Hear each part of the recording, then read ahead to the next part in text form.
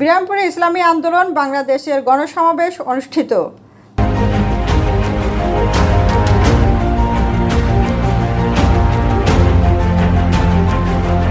নতুন বাজার TV report করেছেন মোহাম্মদ ইব্রাহিম মিয়া, বিরামপুর দিনাজপুর প্রতিনিধি। দিনাজপুর দক্ষিণ সাংগঠনিক জেলা শাখা বিরামপুরের আয়োজনে ইসলামী আন্দোলন বাংলাদেশ এর গণসমাবেশ অনুষ্ঠিত হয়েছে।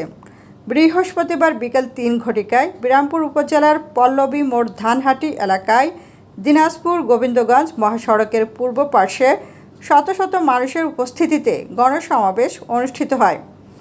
গণসমাবেশে ইসলামী আন্দোলন বাংলাদেশ দিনাজপুর দক্ষিণ সাংগঠনিক জেলা শাখা বিরামপুরের সভাপতি ডাক্তার নূর আলম সিদ্দিকের সভাপতিত্বে প্রধান অতিথির বক্তব্য রাখেন মাওলানা আব্দুল হক আজাদ, নায়েবে আমির, ইসলামী আন্দোলন বাংলাদেশ।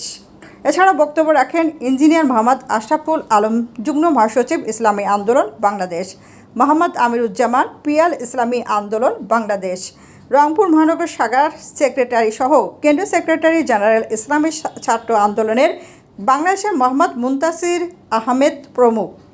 মুক্তির মূল মন্ত্র ইসলামী শাসনতন্ত্র এই স্লোগানকে সামনে রেখে ইসলামী আন্দোলন বাংলাদেশের গণসমাবেশ বক্তারা বলেন, জনতার গণবিপ্লবে সংগঠিত গণহত্যার বিচার, দুর্নীতিবাজদের গ্রেপ্তার করে অবৈধ সম্পদ বাজেয়াপ্ত এবং তাদেরকে নির্বাচনে অযোগ্য ঘোষণা করা, সংখ্যানুপাতিক নির্বাচন পদ্ধতিতে জাতীয় সংসদ নির্বাচন, ইহকালীন শান্তি ও পরকালীন মুক্তির লক্ষ্যে ইসলামী সমাজভিত্তিক কল্যাণ রাষ্ট্র প্রতিষ্ঠার জন্য ইসলামী আন্দোলন বাংলাদেশের সদস্য হবার উদাত্ত আহ্বান জানান।